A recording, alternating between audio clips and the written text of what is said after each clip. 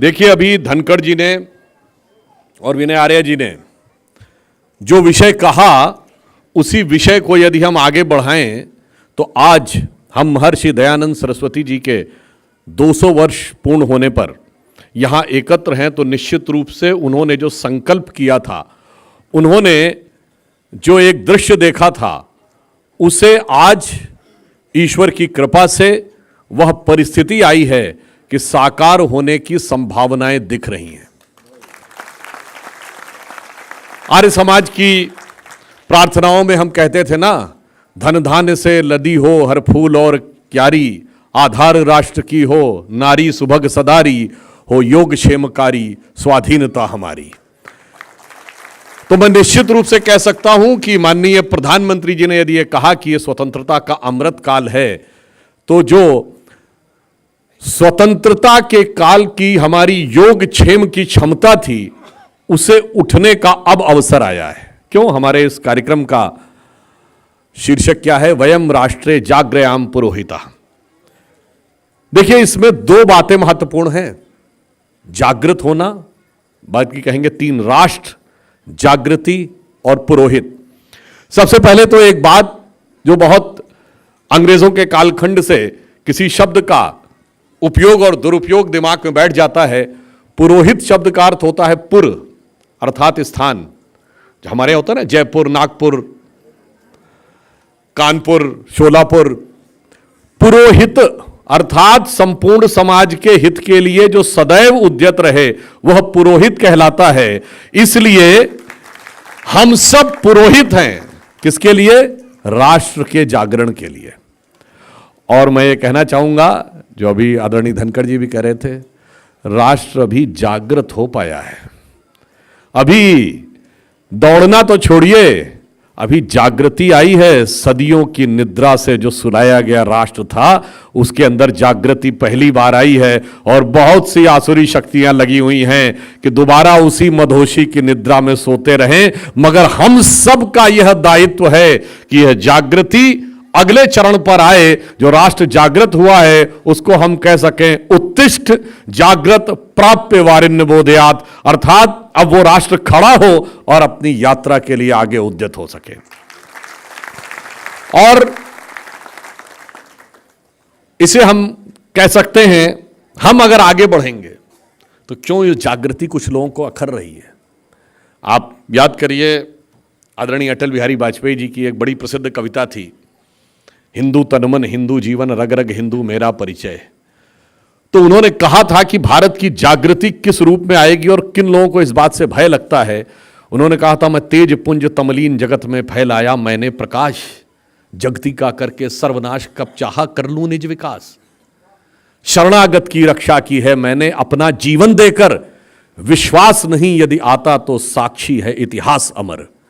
यदि आज देहली के खंडहर सदियों की निद्रा से जगकर गुंजार उठे ऊंचे स्वर में हिंदू की जय, तो क्या विस्मय, हिंदू तनमन हिंदू जीवन रग रग हिंदू मेरा परिचय।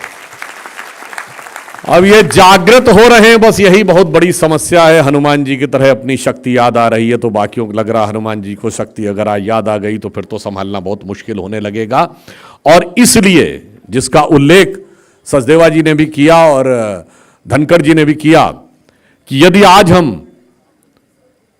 3 ट्रिलियन की इकोनॉमी बने हैं, 5वीं बड़ी अर्थव्यवस्था बने हैं, 25 करोड़ लोग गरीबी की रेखा से बाहर आए हैं, 11 करोड़ लोगों को घरों में शौचालय मिला है, 16 करोड़ घरों में नल से जल मिला है, 50 करोड़ लोगों को आयुष्मान भारत योजना के तहत स्वास्थ्य का कवर मिला है। हम 5वीं बड़ी अर्थव्यवस्था बने, 4थे बड़े स्टॉक एक्सचेंज बने, 3रे बड़े ऑटोमोबाइल के मैन्युफैक्चरर बने, 2रे बड़े हैंडसेट मोबाइल हैंडसेट के मैन्युफैक्चरर बने, इंफ्रास्ट्रक्चर में इन्वेस्ट करने वाले दुनिया के पहले देश बने, और चांद के अछूते कोने दक्षिणी ध्रुव को छूने वाले दुनिया के पहले देश बने। तो ये मैं इसलिए कह रहा हूं कि जागरण दिख रहा है, मगर जागरण सार्थक कैसे होगा? जब हम महर्षि दयानंद जी के आदर्शों पे चलेंगे। देखिए, सत्यार्थ प्रकाश सिर्फ आर्य समाज का ग्रंथ नहीं है। जहां तक मैंने पढ़ा था, मुझे याद है कि हिंदी भाषा, जिसे हिंदी खड़ी बोली कहते हैं, हिंदी भाषा का प्रथम ग्रंथ जो प्रकाशित हुआ वो सत्यार्थ प्रकाश है। इसलिए भारत की भाषाई विविधता में भी एक मील का पत्थर है, क्योंकि स्वामी दयानंद सरस्वती मूलतः हिंदी भाषी नहीं, गुजराती भाषी थे। और हिंदी भाषा का पहला ग्रंथ एक गुजराती भाषी ने लिखा, और जो संपूर्ण समाज के अंदर चेतना का नया संचार करने वाला हुआ। निश्चित रूप से राष्ट्रवाद की प्रेरणा स्वतः वहां से प्राप्त हो जाती है।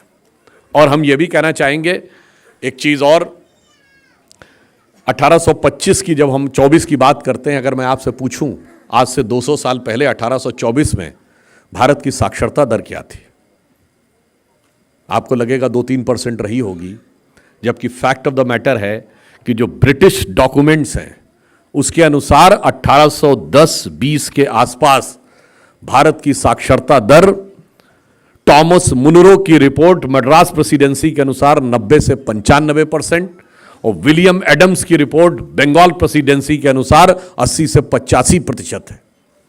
और वो ये बताते हैं कि बंगाल प्रेसिडेंसी में 1 लाख गांव हैं और 1 लाख स्कूल हैं। अच्छा, उल्लेखनीय बात यह है कि उसमें गुरुकुल को स्कूल नहीं माना है। यह महत्वपूर्ण बात ध्यान रखिएगा, उन्होंने गुरुकुल को स्कूल नहीं माना है। इसके बावजूद उन्होंने बताया है कि कितने स्कूल हैं और उन स्कूल में, अच्छा, और यह रिपोर्ट ऐसी नहीं, कोई सर्वे किया किसी ने जाके, गवर्नर ने आदेश दिया हर डिस्ट्रिक्ट कलेक्टर को कि पर्सनली वेरीफाई करो कि एक एक गांव में कितने स्कूल हैं। तो ये इस ढंग से कि इस स्कूल में 32 बच्चे हैं, तो इसमें 38 बच्चे हैं, तो इसमें 33 बच्चे हैं। इस आधार के ऊपर पूरी बनी हुई रिपोर्ट है। और उसमें जातिवार छात्रों का भी वर्णन है और शिक्षकों की भी जातिवार वर्णन है, जिसे आज आप सो कॉल्ड लोअर कास्ट कहते हैं। उसके शिक्षक कितनी संख्या में है उसका भी उसमें वर्णन है। 3 अप्रैल 1824 की चेंगलपुट जिले की एक रिपोर्ट मैंने खुद देखी है कि वो बताता है कि मेरे तालुके में 561 गांव है, 561 स्कूल हैं। डिस्ट्रिक्ट कलेक्टर ने रिपोर्ट दी है एजुकेशन पे, chairman board of revenue, presidency of Madras, Chengalpattu आज का महाबलीपुरम तमिलनाडु में। और वो ये बताता है कि उसमें टोटल जो स्टूडेंट्स हैं वो 6900 कुछ हैं, और जिसमें आपको आज के समय के हिसाब से आप SC ST कहते हैं और कुछ OBC जातियों को उसमें जोड़ लें, वो 4900 में कितने हैं, 6900 में कितने, 4900। ये ब्रिटिश डॉक्यूमेंट का डॉक्यूमेंटेड डाटा है। इसलिए मैं कहना चाहता हूं ये देश कहां था और देश को कहां पहुंचाया गया। इसलिए स्वामी दयानंद सरस्वती जी ने जब 1875 में आर्य समाज स्थापित किया, तो मैं कह सकता हूं राष्ट्र के जागरण के लिए पहला वो एक स्ट्रक्चर्ड प्रयास था, एक व्यवस्थित प्रयास कि राष्ट्र उठकर खड़ा हो। और याद रखिएगा, राष्ट्र उठकर तब खड़ा होता जब हम सब अपना कर्तव्य निभाते हैं। जैसा अभी धनखड़ जी, विनय आर्या जी कह रहे थे, एक बात और ध्यान रखिएगा कि आचार्य चाणक्य ने एक बात कही थी कि इस राष्ट्र को उतनी क्षति दुर्जनों की दुर्जनता से नहीं हुई है जितनी सज्जनों की निष्क्रियता से हुई है। तो बस ये ध्यान रखिएगा कि आज का जो अवसर है वो निष्क्रियता का नहीं। यदि आप निष्क्रियता निभाते हैं तो किसी प्रतिगामी शक्ति की सक्रियता को आप परोक्ष रूप से स्वतः ही स्थान दे देते हैं। और वो शक्तियां कैसी हैं खुद ही देख लीजिए। आज हम यहाँ राष्ट्रवाद की बात कर रहे हैं और 7 समंदर पार से बताया जा रहा है कि हम तो कैसे हैं, उत्तर भारतीय अंग्रेजों की तरह हैं, पश्चिम भारतीय अरबों की तरह हैं, और पूरब भारतीय चीनियों की तरह हैं, और दक्षिण भारतीय अफ्रीकियों की तरह हैं। सोचिए कि राष्ट्र के लिए ये कैसी चुनौतियां हैं, उनके लिए राष्ट्र की सोच ये है। ये उस सोच से प्रेरित है पश्चिमी देशों की। हमें बचपन में याद है, राजीव गांधी जी प्रधानमंत्री थे, तो जो हमारी पीढ़ी या हमसे सीनियर वाले लोग, सबको याद होगा, दूरदर्शन पे एक शेर उन दिनों बहुत रिपीट होता था। वो उस जमाने में हमारे नेशनलिज्म को ऐसे डिफाइन करते थे कि सरजमीने हिंद पर अक़वाम आलम के फिराक, काफिले बसते गए हिंदोस्तां बनता गया। हम कोई सराय थे हैं कि हम कोई काफिले थे जो बनते गए? नहीं जनाब, हम वो नहीं थे। हम क्या हैं? उत्तरम यद समुद्र से दक्षिणम च हिमाद्रिभि वर्षम यद भारत नाम भारतीय से संतति। और वो देश कैसा है? स्वामी दयानंद सरस्वती जी ने जो देश की बात कही, वो देश कैसा है? वो देश वैसा है जिसके लिए कहा जाता गायन्ति देवः किल गीतकानि धन्यास्तुते भारत भूमि भागा स्वर्गापवर्गास्पद भाग हेतु भवन्ति भूयः पुरुषा सुरत्वात्। अर्थात वह भारत भूमि धन्य है। देवता जिसकी स्तुति में गीत गाते हैं, स्वर्ग के सुखों में का उपभोग करने के बाद, हजारों वर्षों तक देवताओं की योनि में रहने के बाद मनुष्य योनि में इस धरती पर जन्म लेने को लालायित रहते हैं, चूंकि मोक्ष यहीं से मिलता है। अब कोई कहेगा ये तो जी आपके धर्म ग्रंथ में कहा गया, हम कैसे मान लें कि सही है? तो मैं कहना चाहता हूं कि उपनिषदों का ट्रांसलेशन जर्मन भाषा में करने वाला, यानी किसी भी यूरोपियन लैंग्वेज में करने वाला पहला व्यक्ति था आर्थर शोपेनहावर। उसने लिखा है, कोई भी जाके आर्थर शोपेनहावर के डिटेल्स पढ़े, आंखें खुल जाएंगी।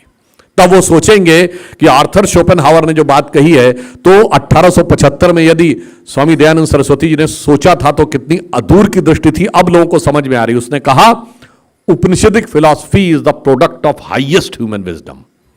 मनुष्य की सोच जिस पराकाष्ठा तक पहुंच सकती है, उपनिषद वहां से निकलते हैं। उसने कहा कि अगर आपको विश्व का सबसे विकसित मस्तिष्क देखना है तो भारतीय आकाश के नीचे आना होगा। और उसने जानते क्या कहा? यहां तक कहा जाता है कि उसने कहा कि मैंने पूरा वेदों का अध्ययन कर लिया, मैंने उपनिषदों का सार समझ लिया, पर मुक्ति तभी मिलेगी जब अगला जन्म भारत में लूंगा। और ये बातें ऐसे हवा में नहीं है।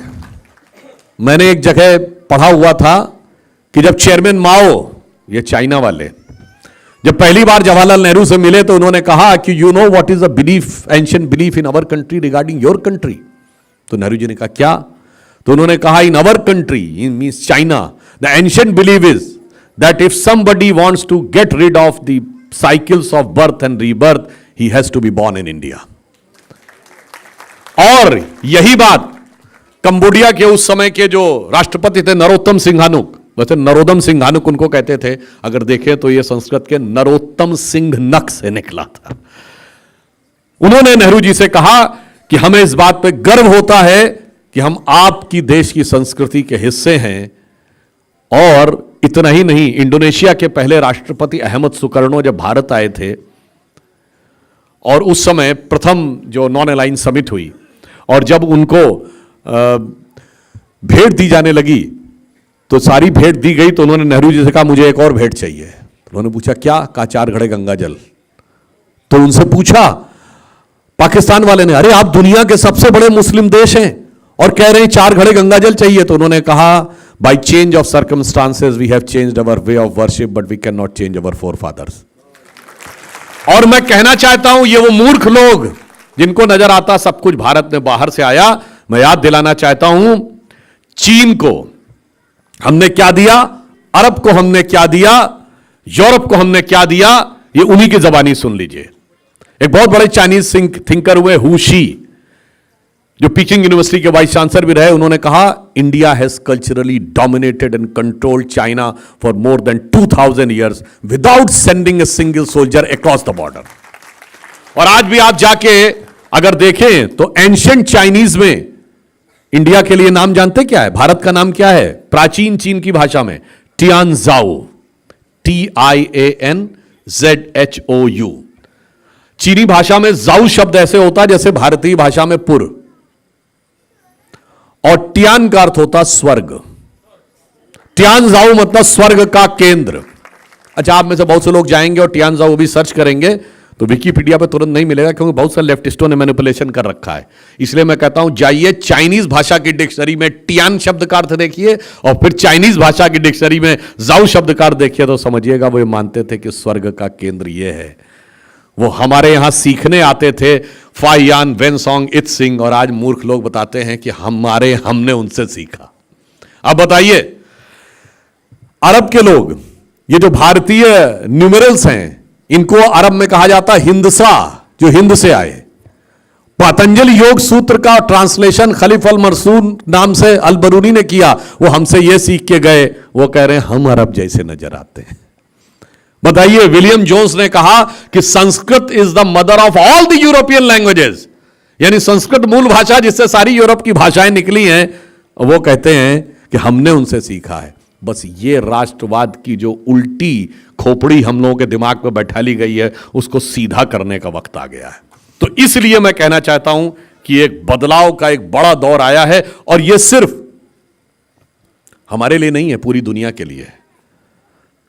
जैसे महर्षि दयानंद सरस्वती जी ने दयानंद एग्लो वैदिक कॉलेजेस की स्थापना की, अगर देखा जाए तो वेदों को युगानुकूल स्वरूप में स्थापित करने का जो कार्य उन्होंने किया, कहीं न कहीं जो पश्चिम के लोग थे, जो भारत के बारे में एक बड़ा नकारात्मक भाव रखते थे, उस समय जब आर्य समाज शुरू हुआ, सोचिए कितनी बड़ी चुनौती थी उस समय। वो क्या कहते थे कि ये इसने एक 400 बाजीगरों का देश है, हम तो बहुत गरीब हैं, हम तो, हमारा तो एकदम लोएस्ट के ऊपर कॉन्फिडेंस था।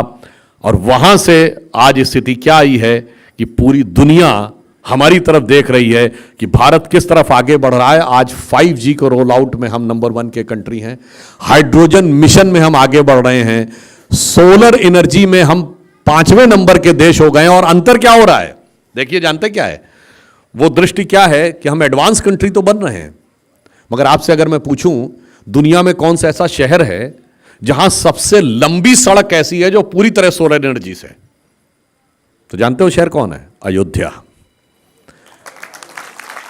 10 किलोमीटर लंबी पूरी स्ट्रीट जो है उसमें सारी स्ट्रीट लाइट सोलर एनर्जी से है वो, और यही वो अयोध्या है जहां भगवान राम के मंदिर में सूर्य तिलक भी हो रहा है। अर्थात एक नया भारत, स्वाभिमान के साथ बढ़ता भारत। और एक और मैं बात कहूं, अगर मैं आपसे पूछूं कि इस भारत में कोई एक ऐसा गांव है जिसमें सब कुछ सोलर एनर्जी से हो रहा है, यानी स्ट्रीट लाइट से लेके, घर से लेके, पावर जनरेशन से लेके, everything is totally bye solar energy, तो वो जानते क्या है? वो गुजरात का मोढेरा गांव। पर उसकी खासियत जानते क्या है? सब कुछ सौर ऊर्जा से हो रहा है और वहां भगवान सूर्य का एक मंदिर भी है। यह दर्शाता है कि हम आधुनिक भारत और स्वाभिमान के साथ भारत की वह शक्ति जिसकी की संकल्पना ऋषि दयानंद जी ने की थी कि अमृतकाल के 5 प्रण हैं। नंबर 1 भारत को विकसित राष्ट्र बनाना है, शताब्दी पूरे। नंबर 2 गुलामी की मानसिकता के हर प्रभाव से अपने को मुक्त करना है, और नंबर 3 अपनी विरासत पे गर्व करना है, और नंबर 4 उसके लिए हम सबको कर्तव्य करना है, और नंबर 5 वह कर्तव्य सामूहिक रूप से करना है। तो आप समझिए जो अभी विरासत की बात कही जा रही थी, अपनी संस्कृति पे गर्व करने की बात, यही विषय तो दयानंद जी ने उठाया था। और मैं कह सकता हूं आधुनिक शैक्षणिक संस्थाओं के माध्यम से यह विषय उठाने वाले, एक अभियान चलाने वाले, वो इस आधुनिक भारत के इतिहास के पहले व्यक्ति थे। और इसके लिए आर्य समाज ने बहुत बलिदान दिए, स्वामी श्रद्धानंद जी का बलिदान और जितनी भी बातें रहीं। परंतु मैं इतना जरूर कहना चाहता हूं कि आधुनिक भारत के सांस्कृतिक और सामाजिक निर्माण में जो महती भूमिका स्वामी दयानंद सरस्वती जी ने जिस आधार पर निभाई, वो मैं बताना चाहता हूं। उन्होंने क्या कहा? वेद को आधार मानो। अगर उन्होंने कहा वेद को आधार मानो, यह बात तो स्वामी जी ने कब कही? 1875 में। और अगर अब मैं आपसे पूछूं कि 1920 और 30 के आसपास आते हुए जितने बड़े बड़े साइंटिस्ट हुए, उन्होंने वेदों से क्या खोजा? अगर आप सबने नाम सुना होगा, बहुत बड़े साइंटिस्ट थे, उनका नाम था इरविन श्रोडिंगर, जिन्होंने श्रोडिंगर वेव इक्वेशन निकाली एटॉमिक स्ट्रक्चर के अंदर की। उन्होंने किताब लिखी व्हाट इज लाइफ, और उन्होंने उसमें लिखा कि उसके लिए वो वेदों से प्रेरणा लेते थे। मैं एक और उदाहरण बताना चाहता हूं जो सामान्य लोगों को भी समझ में आएगा। अक्सर कोई बड़ी जटिल चीज होती तो लोग कहते हैं अरे भाई ये कोई रॉकेट साइंस थोड़ी है, रॉकेट साइंस बड़ी कठिन मानी जाती है। अब ये बताइए, who is considered the father of rocket science? एक जर्मन साइंटिस्ट है जिसका नाम है Wernher von Braun. Wernher von Braun father of rocket science माना जाता है। उसने सबसे पहले रॉकेट इंजन को बनाया था 1940-30 के दशक में। और वर्नर वॉन ब्रॉन अपना गुरु जिसको मानता था, वो एक साइंटिस्ट था जिसका नाम था हरमन ओबर्थ। ये भी जर्मन था। हरमन ओबर्थ ने लिखा है, यानी किसने? रॉकेट साइंस के पिता जिस वैज्ञानिक को कहा जाता, उसके गुरु ने, कि मैं ज्ञान के लिए वेदों को पढ़ता था। तो यदि ऋषि दयानंद ने कहा कि वेदों को पढ़ो और उसके बाद तुम्हें वास्तविकता समझ में आएगी, तो ये वही है यदि आदि शंकराचार्य ने कहा था वेदा निखलो धर्मो मूलः, संपूर्ण धर्म और ज्ञान का मूल वेद में दिखता है, तो वो ऐसे ही नहीं कहा था। बड़े बड़े वैज्ञानिकों को दिखा, मगर अफसोस की बात है कि कुछ लोगों के दिमाग पे ऐसी पट्टी चढ़ी हुई है कि उन्हें दिखाई नहीं पड़ता है। तो उसको दिखाने के लिए आपको क्या करना है? वयम राष्ट्रे जाग्रहम पुरोहिता, आपको उठ के खड़े होना है। और जो धनखड़ जी ने कहा कि जितने अधिकतम परिवारों को हम साथ में ले जाएंगे, सिर्फ हमें ही जागृत नहीं करना, पूरे राष्ट्र को जागृत करना है। क्योंकि भगवान श्री कृष्ण ने भी कहा था अर्जुन से कि तय तो है कि भविष्य में यही होना है, मगर मिलेगा कर्म के सिद्धांत के अनुसार ही। आपके मोबाइल में कोई आपने गीत संगीत गाना अगर डाउनलोड कर रखा है तो वो तो डाउनलोडेड है, मगर उसके लिए उंगली तो दबानी पड़ती है ना। बस उंगली का सही दिशा में प्रयोग करिएगा तो आपको सब कुछ सही दिख जाएगा। और यह भी ध्यान रखिएगा कि हम क्या चाहते हैं। जैसा उन्होंने कहा कि देश विश्व गुरु बने, बस इतना आप मन में ध्यान रखिएगा, सही दिशा में उंगली का प्रयोग करिएगा और फिर समझ लीजिए कि वो दृश्य आपको सही दिखेगा कि देश किस दिशा में जा रहा है और उसका आधार क्या होगा। देखिए, जहां से मैंने विषय शुरू किया था वहीं पे समाप्त करता हूं। इसका आधार कहां से बनेगा? ऋषि दयानंद ने अगर कहा कि वेदों को पढ़ो, मैंने आपको बताया बड़े बड़े वैज्ञानिकों ने वेदों से शिक्षा ली। और वेद किस मामले में अलग है? मैंने एक बार लोगों से कहा कि बताइए साहब, हिंदू धर्म में ऐसी कौन सी चीज़ है दूसरों से अलग है? तो उन्होंने कहा जी वो दया, धर्म, सहिष्णुता। मैंने कहा सारे धर्म ये क्लेम कर सकते हैं कि हमारे यहाँ भी लिखा है। ठीक है, कोई कहेगा इसका पालन करते हैं, उसका नहीं पालन करते, हमें वो चीज़ बताइए जो लिखी नहीं दूसरी जगह। तो उन्होंने कहा वो क्या? तो मैंने कहा आप बताइए, आपने वैदिक गणित का नाम सुना है ना? मैंने कहा किसी और दूसरे धर्म ग्रंथों में गणित देखी है कभी? गणित सिर्फ वेदों में है। आयुर्वेद का नाम सुना है? मेडिकल साइंस कभी किसी दूसरे धर्म ग्रंथ में देखी है? नहीं, वो सिर्फ वेदों में है। इसलिए हम दुनिया से अलग हैं। और एक और बात जिसको आर्य समाज ने और ऋषि दयानंद ने बहुत स्थापित किया, जानते हैं क्या? शास्त्रार्थ। मैं चुनौती से कहता हूं, दुनिया में कोई ऐसा धर्म बताइए जो अपने धर्म ग्रंथ के ऊपर डिस्कशन का अनुमति देता हो। कहते नहीं, उपदेश है, प्रीसेप्ट है, सरमन है, सुन लो और चुप रहो, जो कहा गया उसे मान लो। एक कहता अगर नहीं माना तो नरक में जाओगे, दूसरा कहता नहीं माना तो सरतन से जुदा हो जाएगा। मगर हमारे यहां वो महान परंपरा थी जिसे आधुनिक युग में ऋषि दयानंद ने स्थापित किया। आओ, बैठो, शास्त्रार्थ करो, संगच्छद्वम संवदद्वम संवो मनासी जानता, देवा भागम यथा पूर्वे सज्जना नाम उपासते।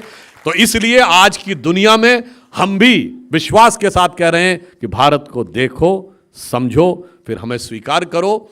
इसलिए जो अटल जी की कविता थी उसी का जो दूसरा हिस्सा है जो बताता है कि हम दुनिया में कैसे आगे बढ़ेंगे और हम जगत गुरु कैसे बनते हैं।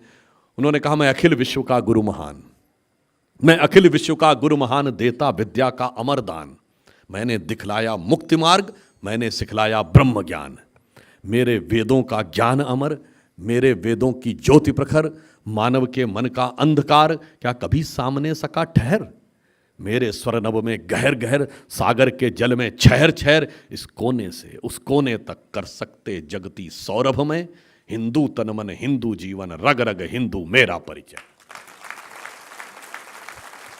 तो अंत में मैं आपसे कहना चाहूंगा, बस ध्यान रखिएगा एक बात, बहुत सी प्रतिगामी शक्तियां बहुत से विभाजन के लिए आएंगी। एक चीज याद रखिएगा, पानीपत की तीसरी लड़ाई, वो साम्राज्य जो छत्रपति शिवाजी महाराज ने बनाया था, हिंदवी स्वराज्य जिसे हिंदू पद पातशाही कहते थे, 100 साल से ऊपर लगे थे, 125 साल उसे बनाने में। और पानीपत की लड़ाई में किसी को लगा कि ये तो फलां की लड़ाई है, किसी को लगा हमसे क्या मतलब, उसकी लड़ाई है।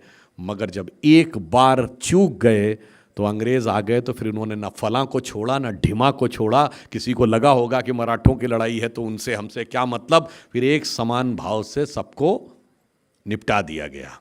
इसलिए वो शक्तियां आज भी खड़ी हुई हैं, देश के अंदर से भी, देश के बाहर से भी।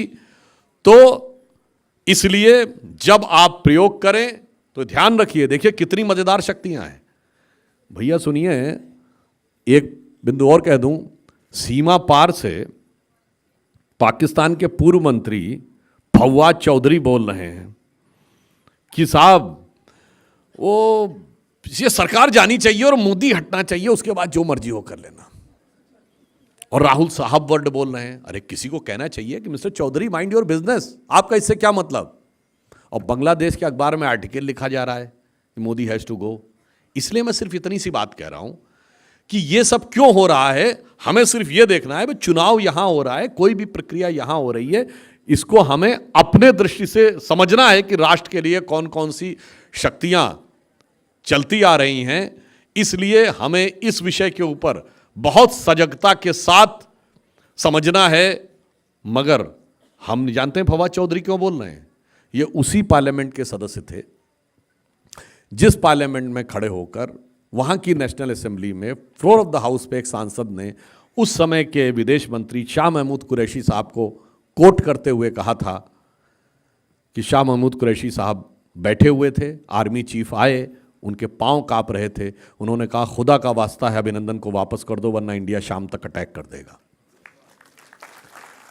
तो इसलिए मैं अंत में सिर्फ ये कहूंगा कि ये भी ध्यान रखिए, क्योंकि आर्य समाज में यज्ञ का बहुत महत्व होता है और हम उस महान संस्कृति के प्रतीक हैं जिसकी उदारता की पराकाष्ठा तो ये है कि हम नाग पंचमी पे नागों को भी दूध पिला देते हैं। मगर अगर जरूरत पड़ी तो राजा जन्मेजय का नाग यज्ञ भी करने की क्षमता रखते हैं, जिसमें सारे यज्ञ नाग आकर आहूत हो जाते हैं।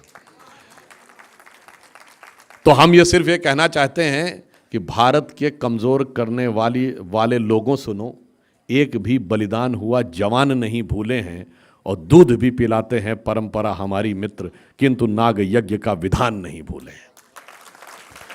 तो बस ये अंत में ध्यान रखिए कि ये परिवर्तन का काल इतने लंबे समय के बाद आया है। एक गलती से कहीं ऐसा ना हो कि लम्हों ने खता की थी सदियों ने सजा पाई। इसलिए बस ये संकल्प मन में धारण करके आगे बढ़िए कि अरुण गगन पर महाप्रगति का अब ये मंगल गान उठा, करवट बदला अंगड़ाई ली, सोया हिंदुस्तान उठा। ये जागरण पुरोहिता का सही लक्ष्य होगा और हमें पूर्ण विश्वास है कि जब आप 150वीं वर्षगांठ मनाएंगे आर्य समाज की स्थापना की, तो भारत एक नए स्वरूप में प्रखरता के साथ, दिव्यता के साथ अंतर्राष्ट्रीय क्षितिज पर संपूर्ण विश्व का मार्गदर्शन देने के लिए भारत माता सिंहासनारूढ़ होगी। धन्यवाद।